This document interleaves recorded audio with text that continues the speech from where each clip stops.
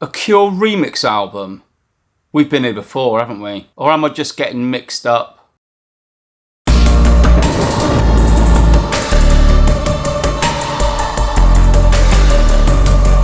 Welcome to By Candlelight, beaming many iterations of Songs of a Lost World straight into your brain, at no extra charge.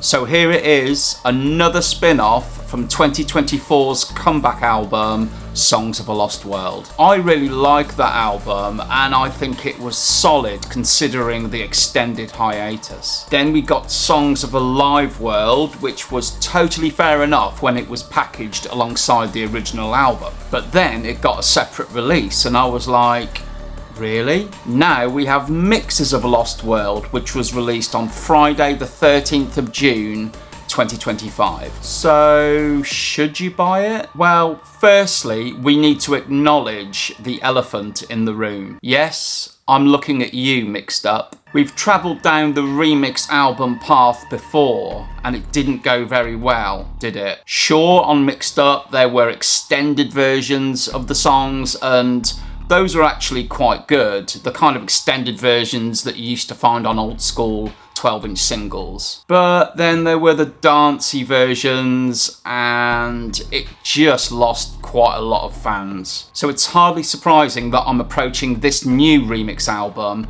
with extreme caution. I'm hoping that the impressive personnel this time round will be a bit of a game changer. We have Paul Oakenfold, Briottet, Mogwai and Orbital, to name but a few. But generally, remix albums can be a strange beast. If we're talking dance music, then remixes are a no-brainer because you're just adding to or embellishing the electronic elements that are already there. But bring them into alternative music and you can be left with a mixed bag. And there's no real magic formula to remixes. They either work or they don't. In my opinion, the remixes on Mixed Up largely didn't work because they tried to bring in those dance elements into the Cure sound. Also, it dated the music. Listen to that early 90s rhythm on the Closer mix of Close to Me, and you'll see what I mean. So, all things considered, I nearly didn't review this new remix album. I didn't want it to harm or dilute the original album, at least in my head, but here we are. So, shall we dive into this? Well, Paul Oakenfold's cinematic reworking of I Can Never Say Goodbye is practically trailer music for a DC film, in a good way. It's fairly spectacular in its epicness with these huge builds and drops. I couldn't help but love this one. We then get Orbital's version of End Song. Whilst I'm not a fan of that high-pitched sequence synth part, this manages to retain the toms and the guitar from the original while still changing it up and making it feel incredibly dynamic. Daniel Avery does the same sort of thing on Drone No Drone by keeping those guitars but still surrounding everything by electronics. It was all going so well until the meera version of All I Ever Am. This seems to spend most of its time in a chillette room in the 90s with a glass of water. Things slightly improve on Ame's version of A Fragile Thing. Whilst the early Depeche feel of those synths are a better match with The Cure than the previous track, the fact that it's speeded up isn't a great match. It was never meant to speed along like this, so the vocals sound too busy and garbled, and it just doesn't sound right. The Briottet and Conning remix of And Nothing Is Forever is shocking. It's disco. I'll say that again. It's disco. Pass me the Inferno. I had to turn it off, but even then I remembered it. The Daybreakers remix of War Song tries to play down its dancier elements by making things epic and dramatic, but it's not fooling anyone. Then we arrive at the Briottet version of Alone that I was silly enough to buy on Record Store Day, which was my own fault. This remix might have sounded fine in 2001, and if they weren't remixing The Cure.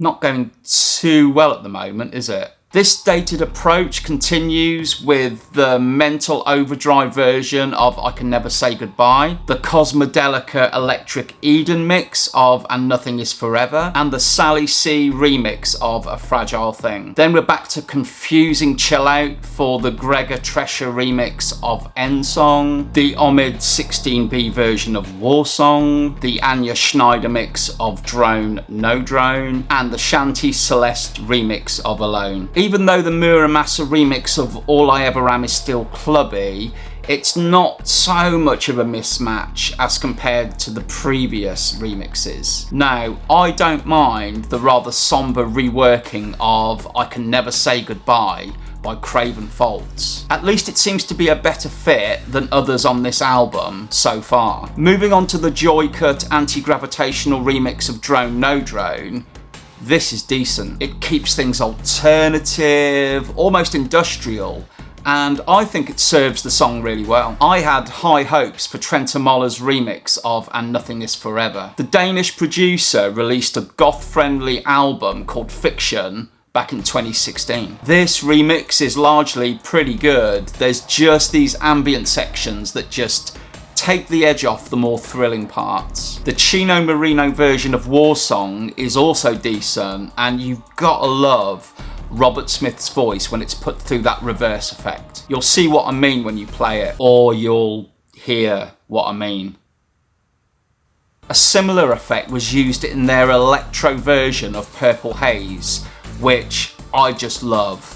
I recommend you hunt that one down. I also really like the desolate version of Alone by ex-Easter Island Head, and it makes it sound as though the original version was recorded in a lighthouse with Robert Smith's vocals echoing around the walls and with the sound of the sea crashing against the rocks. Also pretty good is the 65 Days of Static version of All I Ever Am, that is also suitably stormy and out in the wilderness. We get another good one with the Twilight Sad's version of A Fragile Thing that is suitably noisy and epic, while still being incredibly beautiful. Finally, the Mogwai version of End Song is in a similar vein, and it throws sheets of reverb at the Cure, and they don't duck. So this remix album appears to be split into very clear sections. We start with quite an industrial section, then things drop off as we spend an inappropriate amount of time in a 90s club. Then we get the quality back in the final third that feels more organic and in keeping with who the band really are. Obviously this is just my opinion, but out of the 24 tracks, I would say that 11 of them are decent. Essential? Not really, but there are moments of genius on display here. I'm in no doubt that all contributors are great at what they do within their own genres, but I would say that 11 of them really got the Cure. So the big question is, who is this album for? Die-hard fans are not going to appreciate most of this album. It's unlikely to be played in more dancier environments. I'm going to say that if you're a completist, then this is for you by default. But I just don't get why it was made, other than to squeeze more money out of the Lost World franchise. I know that there's a £1 donation to War Child for every copy sold, but there are still hefty profits to be made from this. Rating this album, I would have to give it a 5 just based on those 11 remixes. And I think it's just because as a whole album, for me, it just doesn't work. You have to dip in and out for those individual tracks that you like. So it doesn't flow for me. The band remains very close to my heart, but I will be sticking with the original album. Head over to the By Candlelight Spotify, where you will find my favourite 11 remixes from this album. Other than that, let me know what your favourites are. Hopefully that's the end of the Lost World releases, and we can turn our sights more to the much rumoured future albums. Until next time, see you later.